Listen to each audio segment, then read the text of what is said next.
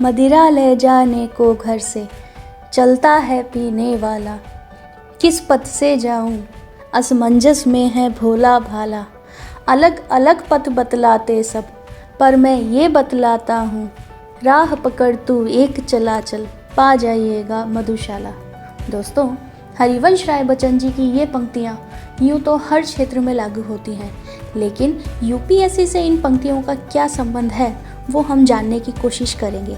तो चलिए शुरू करते हैं UPSC at the brain front का पहला डॉट, पावर ऑफ वन, जिसमें आज हम समझेंगे what is power of one. Number 2, power of one and UPSC. Number 3, power of 1 and UPSC toppers. Number 4, power of 1 and you. Number 5, suggestions for achieving power of 1. तो शुरू करते हैं what is power of one. Power of one से मेरा मतलब है कि एक साल के लिए आप स्टिक करिए एक गोल पर, stick to one goal, stick to one plan, stick to one mentorship, stick to one channel for one subject, stick to one current affairs source, stick to one belief system, stick to one value system, and trust yourself, trust your decision, and let the process do its work। दोस्तों, मैं ऐसा इसलिए कह रही हूँ क्योंकि जब भी हम हमारे ब्रेन को कोई नई इन्फॉर्मेशन देते हैं तो हमारा ब्रेन उस इन्फॉर्मेशन के साथ दो काम करता है। सबसे पहले वो उस इन्फॉर्मेशन को समझने के लिए उसकी प्रोसेसिंग करता है और लिंक करता है उसको किसी पुरानी इन्फॉर्मेशन से। दूसरा, हमारा ब्रेन उस इन्फॉर्मेशन को लॉन्ग लास्टिंग मेमोरी में कन्वर्ट करने के लिए क्रिएट करता है पाथवेज। तो अगर आपने अपने ब्रेन को बहुत सारे सोर्सेज से इंफॉर्मेशन दे दी तो ब्रेन के लिए प्रोसेसिंग भी टफ हो जाएगी और पाथवेज भी बहुत सारे क्रिएट हो जाएंगे। अब लास्ट में समझ में नहीं आएगा आपको कि मैंने क्या पढ़ा था और मैंने कहाँ से पढ़ा था, इसीलिए रिजल्ट्स नहीं आते हैं। क्योंकि जब आप अपने सोर्स को मल्टीपल कर देते हैं तो आपके पास हो जाती है इंफॉर्मेशन की अबंडेंस, बहुत सारी इंफॉर्मेशन, जिससे आप उस इंफॉर्मेशन को कंसोलिडेट नहीं कर पाते। अगर आप कंसोलिडेट ही नहीं कर पाएंगे तो वहाँ से कनेक्टिविटी नहीं बनेगी। अगर कनेक्टिविटी नहीं बनी तो आपके ब्रेन को क्लैरिटी नहीं मिलेगी, और अगर आपके ब्रेन को क्लैरिटी नहीं मिली तो इंटरेस्ट डेवलप नहीं होगा, और अगर इंटरेस्ट ही डेवलप नहीं हुआ तो एक साल के लिए कंसिस्टेंट रहना बहुत मुश्किल हो जाएगा। और अगर कंसिस्टेंट नहीं रहे तो ना सिलेबस कवर होगा टाइम पर, ना रिवीजन के लिए समय बचेगा और ना प्रैक्टिस हो पाएगी। और अगर ये सब कुछ नहीं हुआ तो रिजल्ट आने के कोई चांसेस नहीं है। तो यहाँ भूमिका आती है एक चीज पर स्टिक करने की। अब टॉपर्स जब अपनी हर टॉपर टॉक्स में चिल्ला चिल्ला कर कहते हैं कि आप अपने सोर्सेज को लिमिटेड रखिए, तो उनका मतलब सिर्फ ये नहीं होता कि आप सिर्फ अपनी बुक्स को लिमिटेड रखिए। इतनी तो बात हम सबको समझ में आ चुकी है, इसलिए हम ज़्यादा बुक्स नहीं खरीदते।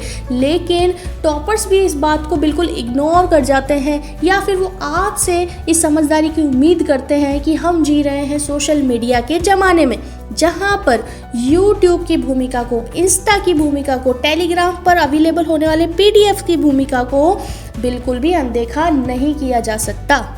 सपोज आपने एक टॉपिक सर्च करा यूट्यूब पर, व्हाट इज़ फंडामेंटल राइट, आपके सामने आए 100 से ज़्यादा वीडियोस। आपने पहला वीडियो देखा, आपको समझ में नहीं आया, कोई बात नहीं, लेकिन आपने दूसरा वीडियो देखा और यूपीएससी की डिमांड के हिसाब से आपने PYQs पढ़ रखे हैं, आपको समझ में आ गया कि इस चैनल का कंटेंट सही है। ठीक है, अब मुझे आप कोई कोचिंग नहीं करनी है, मुझे सेल्फ स्टडी करनी है, तो इस टॉपिक पर इस कोचिंग का कंटेंट सही है, तो फिर आप नेक्स्ट वीडियो पर क्लिक मत करिए।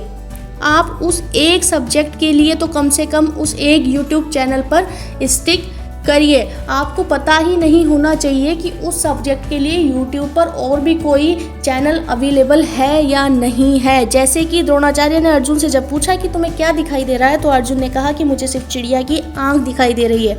लेकिन आप एस्पिरेंट हो यूपीएससी के, आपको कैसे पता है कि कितने चैनल्स हैं यूट्यूब पर, कौन कहाँ पढ़ा रहा है, कौन कैसा पढ़ाता है, आपको सारी फैकल्टीज़ के नाम पता हैं। कैसे?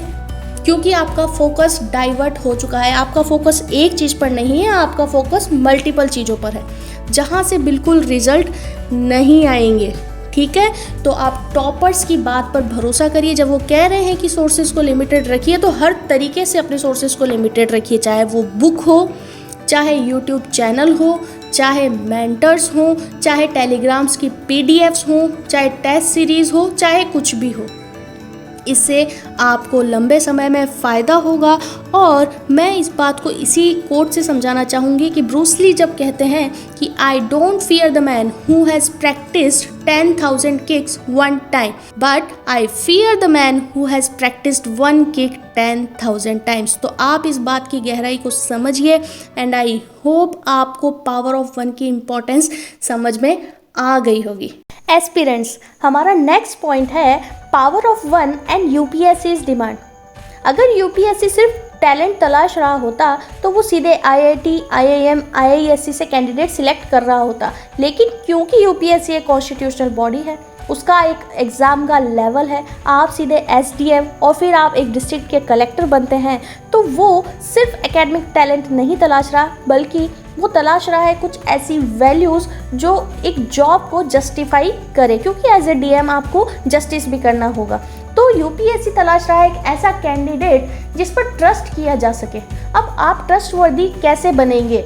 पावर ऑफ वन के थ्रू आप ट्रस्टवर्दी इस तरह बन सकते हैं, क्योंकि जब आप 100 में से एक वीडियो सिलेक्ट करना सीख जाएंगे, एक सब्जेक्ट के लिए एक सोर्स पर टिकना सीख जाएंगे, तो आपके अंदर बिल्ड होगा सेंस ऑफ सिलेक्शन, जहाँ से आपको मिलेगी पावर टू चूज़। आपकी जो चॉइसेस हैं वो ट्रस्टवर्दी बनती जाएंगी।